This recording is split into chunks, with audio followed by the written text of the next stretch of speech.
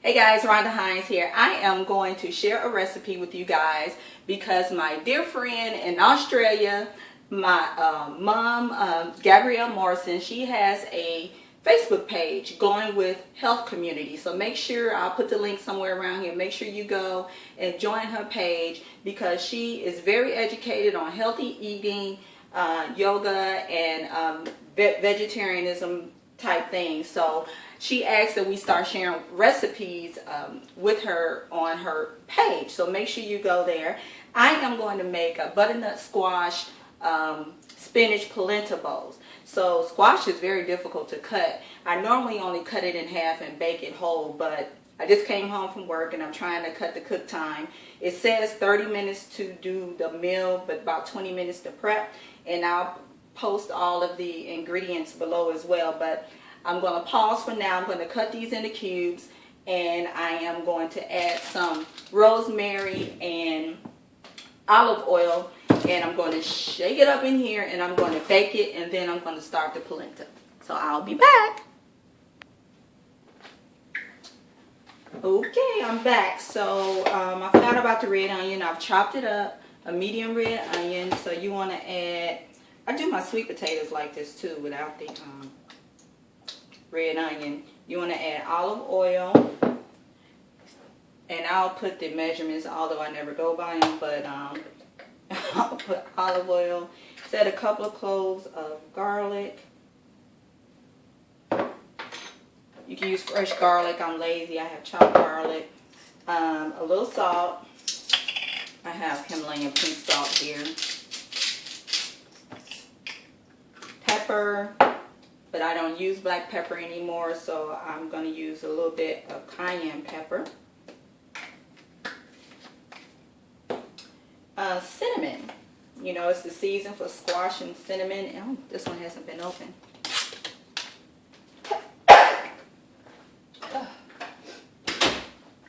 Said 1/8 teaspoon of cinnamon, so sprinkle that in there.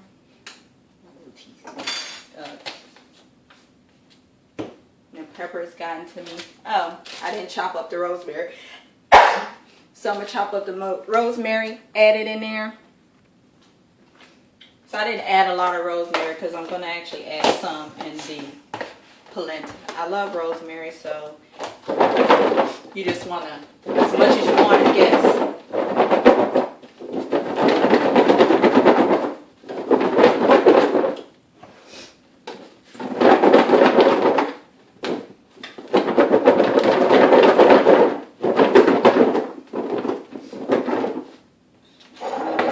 I'm going to juice, so I got fruit out here too.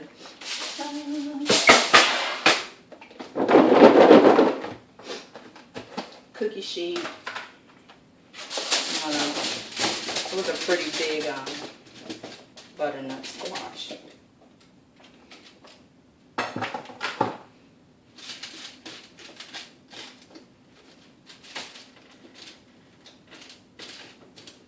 "30 minutes is set in the oven at 400 degrees preheated, and I'll be back."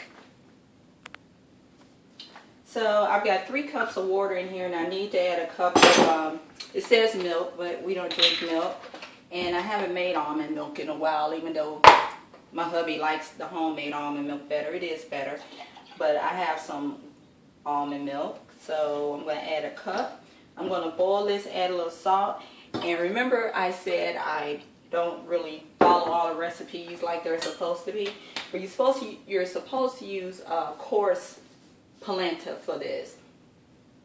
Polenta is cornmeal. I figure I have organic yellow corn grits, so I'm going to use that for instead of polenta. Same thing, cornmeal is just not coarse, and that's, yeah. So told you, don't follow directions, but that's what I got. Okay, so in reading my directions for my grits, my camera's turning, because it's grits, it only takes 5 minutes. So I have 15 minutes left on my squash. So the coarse polenta said to cook 15 to 20 minutes. So I'm going to wait like the last 5 minutes on my clock, and then I'm going to pour a cup of grits in the 3 cups of liquid, which was 3 cups of water and 1 cup of milk and a little salt in it, and you add the rosemary at the end. Now the spinach you don't cook, you let it wilt from the steam from the grits. So you don't have to really cook that, because just let it wilt down. So I'll put that on the last minute. Okay, so here's the polenta. I'm going to go ahead and add my rosemary. Stir that real quick. Most of these recipes I always end up having to add more flavor. So I've never tried this one before, so I'll leave as is. I'm going to just put some spinach. I'm going to use the same pot. Just put it on top, and then I'll put it in a bowl. I'm going to let it wilt, put it back on the stove, instead of letting it wilt on the bowl.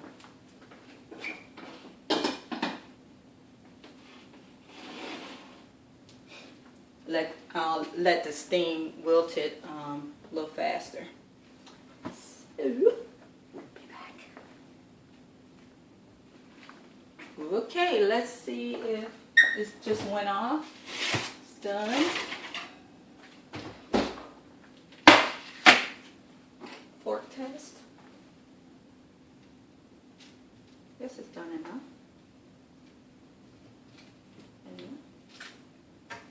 Okay. I went ahead and steamed some spinach. You know it takes a lot of spinach, so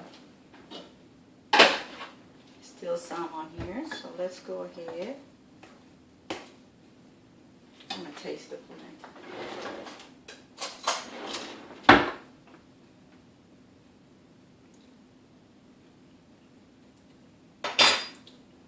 Now, it needs something.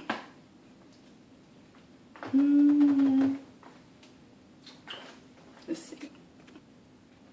Okay, so I added a little more salt and some onion and garlic powder. Now the recipe did call for Parmesan cheese added in here at the last minute, but my hubby is giving up cheese.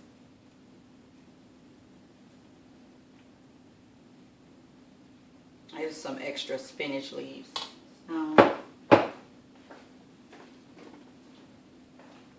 Put some spinach on the top. And some squash, little pieces of onions. Mine won't look like the picture, and I'll post a picture. It looked good. And it also called for, to top it off with some pumpkin seeds. Tis the season for the pumpkin, but you know me, I don't have pumpkin seeds, so I have almond slithers here and some sunflower seeds. But I'll just go ahead and put some almond slithers on here.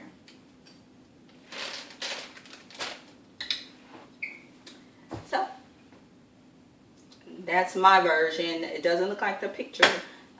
Probably a little more creamier on the polenta, but there you go, Gabby. I'll post everything below.